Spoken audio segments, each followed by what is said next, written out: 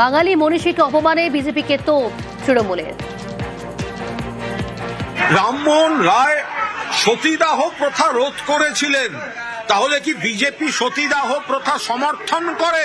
এই বিজেপিকে বর্জন করুন, বিজেপির ক্ষমা চাওয়া উচিত। কখনো বিদ্যাসাগরকে মূর্তি ভাঙছে, কখনো রাজা রামমোহন রায়কে ব্রিটিশের দালাল বলছে, কখনো রবীন্দ্রনাথ ঠাকুরকে অপমান করছে, এবং এই শিক্ষামন্ত্রীকে অবিলম্বে নজিরবিহীন ব্যবস্থা নেওয়া এর বিরুদ্ধে। আর ব্রিটিশের দালাল যদি বলেন, তাহলে দালালটা হচ্ছে বিজেপি।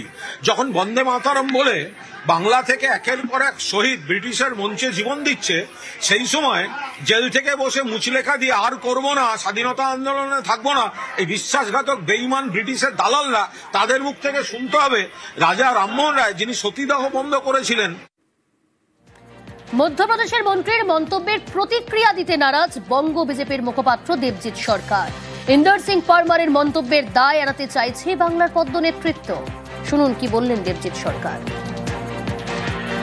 মধ্যপ্রদেশের কোনো বিষয় নিয়ে ভারতীয় জনতা পার্টির পশ্চিমবঙ্গ প্রদেশের মুখপাত্র কোনো মন্তব্য করবেন না। এই বিষয়ে যা বলার মধ্যপ্রদেশের মুখপাত্র যিনি বিজেপির আছেন তাকে প্রশ্ন করবেন।